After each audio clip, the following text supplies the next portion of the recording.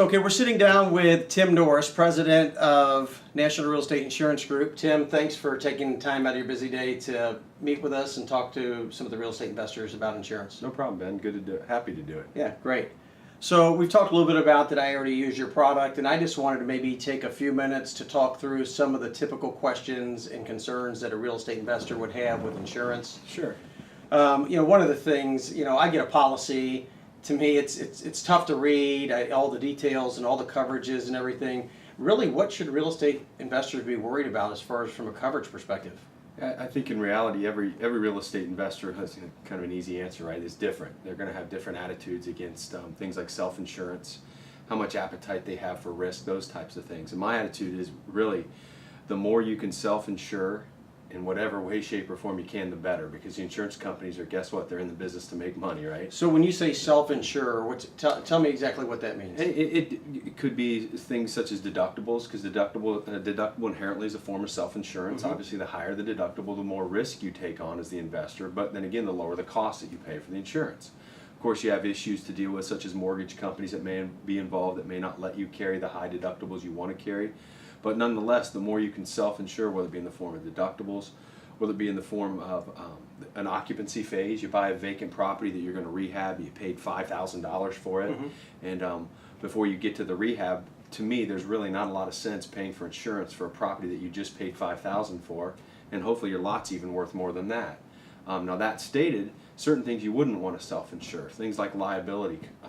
When it comes to that same $5,000 property that you're self-insuring from Mm-hmm. the property perspective, if a couple kids sneak in there with some alcohol on a Saturday night while it's vacant, you're the owner of that property. To me, that's not something I want to self-insure. So carrying that liability insurance is really not something that, or carrying the liability insurance, I should say, is something you do want to do. Sure. So you've got two parts of a policy. You've got the liability, which is Mm-hmm. going to cover anything that may happen. Now, does that cover if somebody's in there that's a worker working with tools and those kinds of things? If somebody were to cut their hand and then all of a sudden they weren't insured properly, and Sure. is that the kind of coverage that it covers as well, or is that really something No. else that we need to be looking at as real estate investors? It's separate. Typically, when you're dealing with insurance policies, I would try to avoid use the term covers everything you need, that type of thing. Right.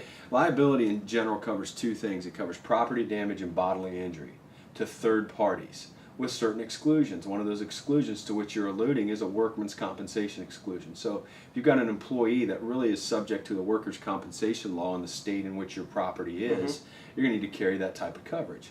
You're going to hire a third party, even if it's that handyman as we all use or used before. Right. Either you securing that coverage for them or making sure that they do have that coverage, to me, is paramount to making sure your business model is protected, because a worker on that property is not covered for them getting hurt in the course of their employment, course of their job, so to speak. Sure. So really what you're saying is we want to make sure that if you're using a third party handyman, contractor, get copies of the workman comp, make sure they're insured, because guess who's going to be responsible if something happens? It's going to be you and the property that you're on. And depending on how you have your property structured, you could be putting your entire portfolio at risk if they're not separated out by LLCs or other legal means. Sure, and then let me add to that as well. That non-insured third-party contractor, let's just say they're not hurt, but let's say they cause damage to the property that causes the property to burn down. You've got property coverage, we hope, depending on the type of insurance you carry, of course, but if they don't have any liability coverage, you have no recourse against them as that third-party contractor. You're responsible for your deductible, those types of things. So, having them not only have the workers' comp to protect themselves, as they should, but securing that general liability coverage, that contractor's liability coverage, to me is a really good move on your part. And I know it's difficult. People say, well, I got Bob, he's worked for me for years, he does great work, but he doesn't carry insurance. I'm kind of the devil's advocate in the insurance business. It's that one incident that could cause you some pretty big headaches when it comes to your business model. Well, let's talk a little bit more about National Real Estate Insurance Group. You guys have been very successful for the last 8 to 10 years as far as focusing on this market for real estate investors and rehabbers.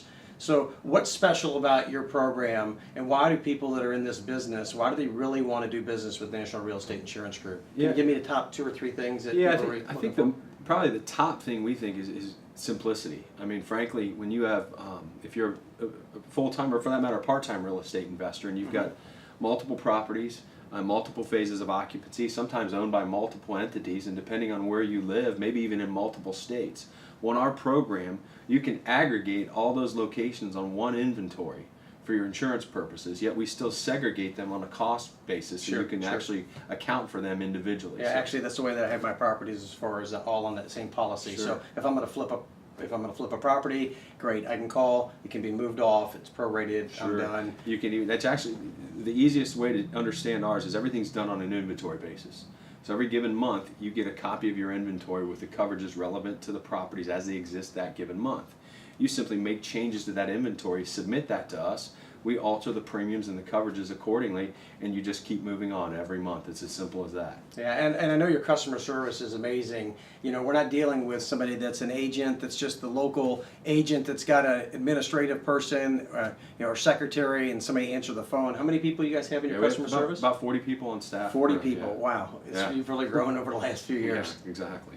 Are there some other highlights or things that you want to talk about as far as what you guys can offer real estate investors, or about your insurance or your company that would be good to note? Yeah, I think we're underwriting our program, if you will, with AM Best, A or better rated carriers. And if you want to get into the AM Best, the rating guides of these insurance companies, it's ambest.com. But A or better rated carriers gives us the ability to go to the lenders that many real estate investors utilize and show the paper that qualifies for that lender. So we're using Lloyd's of London, Scottsdale, Allianz, which was Fireman's Fund, Berkshire Hathaway, those type of companies Sure. out there, very, very strong. I recognize all those international- names, yeah. but I don't Yeah. know a lot about the insurance business. But so then, what your point is that if you've got things that if people are doing traditional loans or whatever the lender is That'll going to say, accommodate it. I need to have Certainly. A level coverage or insurance Certainly, back. replacement cost. Yeah. The coverage that we utilize is, if you will, it's standard coverage. We use what are called ISO-based forms. ISO is an acronym for Insurance Services Office. It's not to get into the weeds on jargon Oh, here. you're getting us in the weeds. Yeah, here. understood. But the point is, our coverages are no different than any other coverages out there. You have options to carry basic or special form, replacement cost, or actual cash value coverage. It's just still insurance. It's the way we aggregate and put everything together, I think, is really what sets us apart. All right, so let's take a quick example, and we'll wrap this up and let you get back to work. If I've got a couple of duplexes, I've purchased them for a total of $85,000. Sure. I'm going to put $40,000 into them. So let's just say I'm at $135,000 for both pieces. If we separate them out, about $65,000 to $70,000 each. Mm-hmm.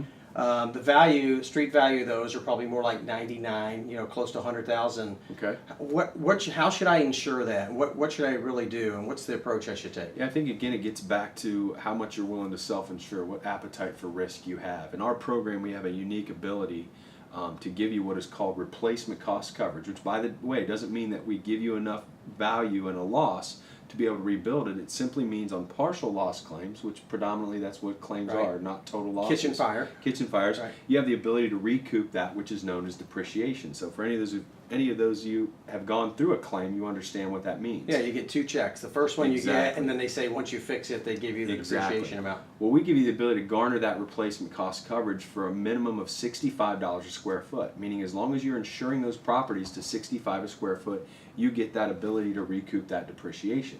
Most carriers, I think you were alluding to get that type of coverage, you have to insure at least $100, maybe $120 a square foot. Doesn't mean, again, that we give you enough to rebuild it, which you do have the option to do. You can carry in as much coverage as you feel necessary relative to really what you want to do with the property.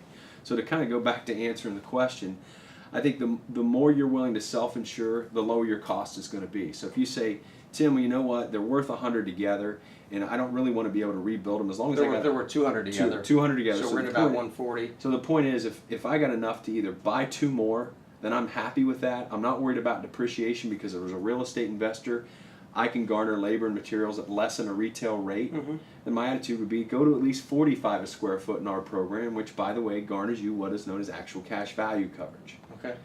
Either of those, $45 or $65 a square foot in our program, allows you to avoid that which is known as co-insurance. And again, to avoid getting into the weeds, that's a good thing. Take it for what it's worth. Okay. Anything else you want to add to let our real estate investors know here as far as why they should do business with you? No, I think we've focused solely on this market demographic. We, again, with 40 people on staff here in Kansas City, we're national in scope. We're dealing, again, with the better carriers literally across the globe. And we get what you do. I'm an investor. My partners are investors. We can not only empathize with the unique challenges that face real estate investors, we can sympathize with you. Sure, sure. No, we appreciate that. Now, there is one thing that I seem to come up when I'm traveling, and people are like, well, my insurance carrier doesn't want to cover this area because of wind or because of, we just had a hurricane that came up the coast recently, and you guys cover in all 50 states, Yeah, we're in all right? 50 states, and again, in our program, Florida, everybody knows, and the coastal regions are unique animals when it comes to insurance because of those aforementioned, what are known as named storms. Well, in our program, we offer wind coverage anywhere in the country. So if you're in Miami, Florida, and you have coverage in our program, and a tornado blows through there in March, you have coverage in our program.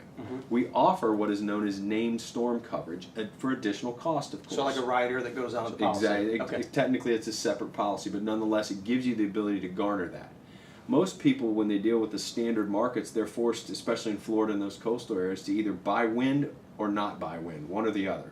We kind of segregate it a little bit in that the named storm is what you have to buy extra. So for instance, if you've got 15 rental houses worth 60 grand each in Orlando, with a typical carrier, you're kind of forced into either buying the wind or not buying the wind at a higher rate. With us, you can say, you know what, I've got wind with you. I'm not really worried about a hurricane blowing through and hitting my $60,000 houses here. So I'm going to forego the named storm, drive my costs down because I really don't think that's Sure. the That's a risk that nice I'm option. Yeah, really good. All right. Well, hey, really appreciate your time, problem, Tim. buddy. Always good to see you again. Yeah, thanks. You too. Thank you.